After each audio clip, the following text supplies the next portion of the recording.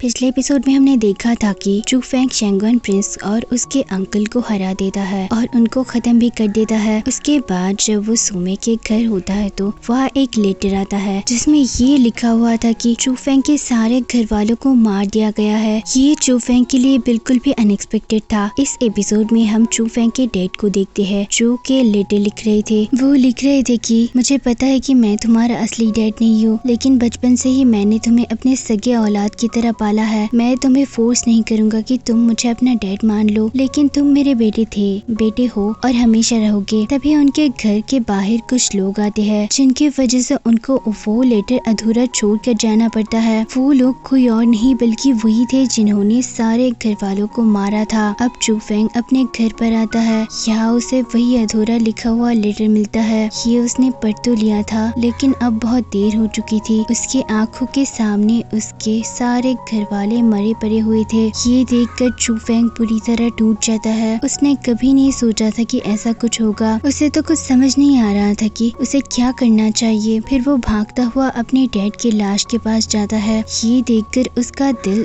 और ज्यादा टूट जाता है। उसे समझ नहीं आ रहा था कि आखिर कोई ऐसा कैसे कर सकता है। मैंने किसी के साथ ऐसा क्या बुरा किया है जो उन्होंने मेरे पूरे परिवार को खत्म कर दी। यहाँ हम पहली बार चू फेंग को रोते देखते हैं। वो लंबे टाइम तक अपने डैड के डेड बॉडी के पास बैठा होता है। सुमे और सूरो दोनों उसके साथ आई थी। सुमे से उसकी तकलीफ देखा नहीं जा रहा था। सुमे कहती है ऐसे उदास रहने से कोई फायदा नहीं होगा, इससे तुम्हारे डैड के सोल को बहुत तकलीफ पहुंचेगा, इसलिए आप और ज्यादा उदास मत हो। हमें अंकल को जल्दी दफना देना चाहिए। सूरो उसे समझाते हुए कहती है तुम हमेशा से ऐसे हो, तुम ऐसे उदास होगे तो तुम्हारे दुश्मन को खुशी मिलेगी। अंकल की आत्मा जरूर हेवन में है, इसलिए तुम खुद को ऐसे तकलीफ न दो। कोइन भी उसे समझाते हुए कहती है चू फेंग अब बहुत हो गया, तुम्हें बदला लेने की तैयारी करनी चाहिए, ना कि उदास होना चाहिए। और कुछ भी हो जाए कोइन हमेशा तुम्हारे साथ है। चू फेंग कहता है सही कहा तुमने, गॉड की कसम कुछ भी हो जाए, वो कोई भी हो, चाहे कितना भी ताकतवर क्यों ना हो, मैं उसे जरूर ढूंढ निकालूंगा। खून के बदले खून बहेगा। इतना कहकर वो बेहोश हो जाता है। सीन शिफ्ट होता है तो हम चू फेंग को बेड पे लेटे हुए देखते हैं। सुमे उसकी सेवा कर रही थी। चू फेंग जैसा कोई बुरा सपना देखकर अपनी आंख खुलता है और शाउट करके उठ जाता है। जाहिर है परिवार को खोने का सदमा कोई छोटी चीज नहीं है। सुमे कहती है चू फेंग तुम उठ गए, तुम्हें पता है तुम पिछले 3 दिन से बेहोश थे, पूरे 3 दिन तुम सोए थे। मैं तो इस बात से डर गई थी कि कहीं तुम्हें कुछ हो ना जाए। चू फेंग बेड से उठने का कोशिश करता है तो सुमे कहती है शांत हो जाओ, कहाँ जाना चाहते हो तुम। चू फेंग कहता है तुम अपना काम करो और मुझे जाने दो। सुमे कहती है मेरी बहन गई है पता करने की वो लोग कौन थे, इसलिए अभी तुम शांत हो जाओ। तभी वह एल्डर सूरो आती है। चू फेंग पूछता है क्या खबर है, क्या आपको कुछ पता चला। सूरो कहती है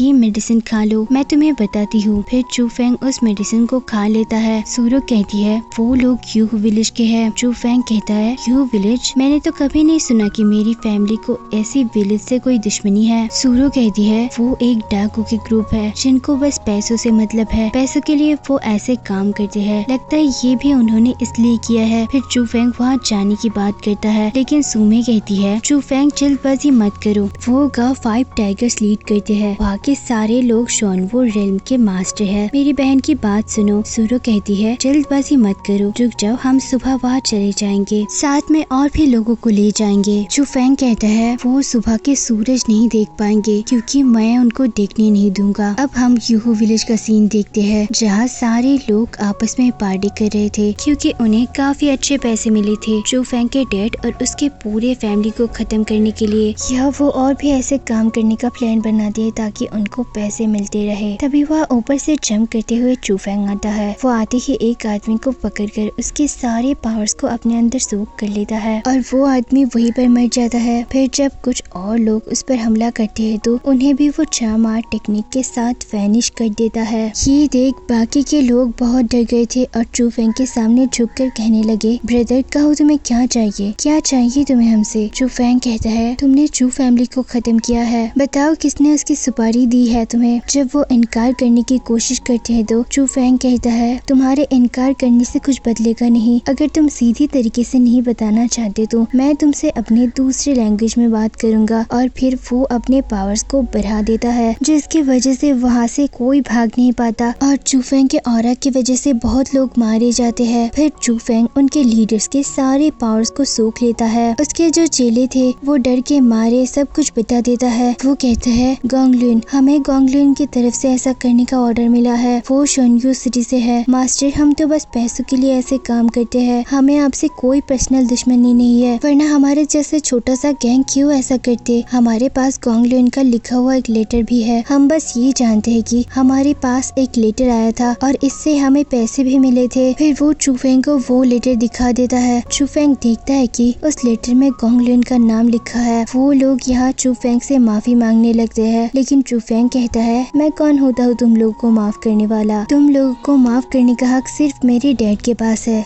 ये सुनकर वो लोग भी समझ जाते हैं कि उन्होंने जिस फैमिली को खत्म किया है वो फैमिली चुफेंग का है। चुफेंग को यहाँ बहुत ज्यादा गुस्सा आया था। गोंगलुन ने उन दोनों की दुश्मनी की वजह से उसके पूरे फैमिली को खत्म कर दी। इससे पता चलता है कि वो कितना ज्यादा एरोगेंट है। अब उसका गुस्सा हद से ज्यादा बढ़ रहा था। वो अपने मन में कहता है अब तुम्हें मैं दिखाऊंगा कि श्वानवू के 5 स्टेज का पावर क्या होता है। उसका पावर इतना ज्यादा बढ़ जाता है कि उससे सब मर जाते हैं। दूसरी तरफ हम उस एल्डर को देखते हैं जिसने पिछली बार गोंगलुन की जान बचाई थी। वो चुफेंग को जान से मारने की भी कोशिश की है और तो और उन्होंने गोंगलुन को अपने साथ ले गए ताकि वो गोंगलुन को ट्रेन कर सके। उनके पास एक सिपाही आता है जो कहता है गोंगलुन मुसाशी पेविलियन के अंदर जा चुका है। ये सुनकर एल्डर हैरान थे। वो कहता है अगर गोंगलुन को वो बात पता चल गई तो पता नहीं क्या होगा। दूसरी तरफ हम गोंगलुन को देखते हैं। तब उसे वहाँ एक लेटर मिलता है जिसे देख गोंगलुन पूरी तरह शॉक था, जैसे उसके पैरों तले जमीन खिसक गई हो। तब वहाँ पर वो एल्डर आता है जो कहता है ये लेटर तुम्हारी माँ की तरफ से आया था। जब मैंने पहली बार इस लेटर को पढ़ा तो मैं खुद भी बिल्कुल तुम्हारी तरह हैरान था। मुझे तो खुद इस बात पे यकीन नहीं हुआ, लेकिन इससे ज्यादा तो मुझे खुशी हुई। मुझे हमेशा से लगता था कि मेरे पास भी तुम्हारे जैसा एक बेटा होना चाहिए। वो उसे उसकी माँ की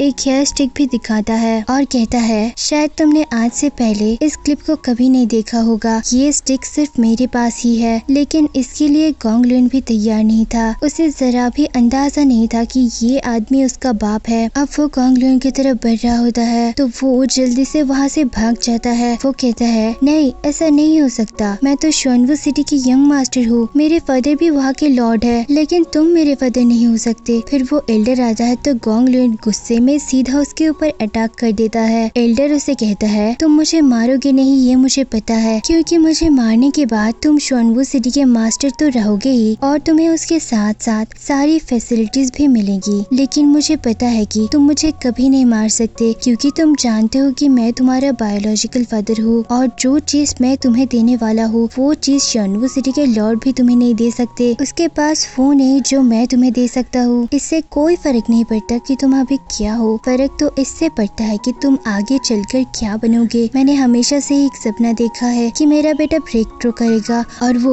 शोनवू सिटी तक पहुँच जाएगा और उसके जितना पावरफुल कोई भी नहीं होगा। सब उससे डरेंगे। मैं नहीं चाहता कि तुम मेरे वजह से अपना नाम बदलो, लेकिन तुम्हें अभी किसी और चीज पे ज्यादा ध्यान देना होगा और वो चीज है हीरोइक हंटिंग। वहाँ बहुत सारे लोग आएंगे बहुत ही प्रीशियस चीजों को कलेक्ट करने के लिए, इसलिए तुम्हें भी तैयार रहना होगा ताकि तुम वहाँ जाकर सारे कीमती चीजों को कलेक्ट कर सको। इसलिए अब वहाँ जाने के लिए तैयार हो जाओ। ये सारी चीजें हम बाद में सोचेंगे। जिसके बाद एल्डर वहाँ से चला जाता है। गोंगलुन यहाँ बहुत कंफ्यूज होता है ये जानकर कि जिसे वो इतने सालों से फादर के तौर पर जानता है वो असल में उसका फादर है ही नहीं। उसका रियल फादर वही एल्डर है जो कि उसका मदद करना चाहता है। मतलब इसलिए उसने गोंगलुन को चुफेंग से बचाया होता है। जाते हुए वो एल्डर कहता है कि मुसाशी पेविलियन के जितने भी चीजें हैं आज से वो तुम्हारे हुए। तुम चाहो तो उसके साथ कुछ भी कर सकते हो। दूसरी तरफ हमें शोनवू सिटी के सीन दिखाया जाता है। यहाँ लॉर्ड के पास एक सिपाही आकर कहता है कि हमने काफी कोशिश की है लेकिन फिर भी हमें यंग मास्टर नहीं मिला। यहाँ लॉर्ड को बहुत गुस्सा आ गया होता है। वो गुस्से में आकर एक पॉट उस सिपाही के सर पे दे मारता है और कहता है जाओ और कैसे भी करके लाओ। अगर 3 दिन के अंदर यंग मास्टर नहीं मिला तो मैं तुम्हें और तुम्हारे पूरे फैमिली को बर्बाद कर दूंगा। साथ ही वो सिपाही उसे बताता है कि यूहू विलेज पूरी तरह से तबाह हो गई है, न जाने किसने उसे तबाह कर दिया है। ये सुनकर वो लॉर्ड भी हैरान होते हैं। वो कहते हैं कौन है वो, किसकी इतनी हिम्मत है जिसने ऐसा किया है। सीन शिफ्ट होता है चुफेंग पर। वो शोनवू सिटी के पास आ गया था। वो अपने स्पिरिचुअल वर्ल्ड में जाकर क्वीन से बात कर रहा होता है। वो क्वीन क्वीन से पूछता है, क्या तुम बता सकती हो कि वो इंसान कौन है जिसने गोंगलून को बचाया था? क्वीन उससे कहती है, हाँ मैं जानती हूँ कि वो कौन है। वो उस इंसान के बारे में सब कुछ बताती है। सुनकर चूफेंग कहता है, ये तो बहुत अच्छी बात है, हम अभी हीरोइक हंटिंग में जाएंगे, वहाँ जाकर हमें गोंगलून और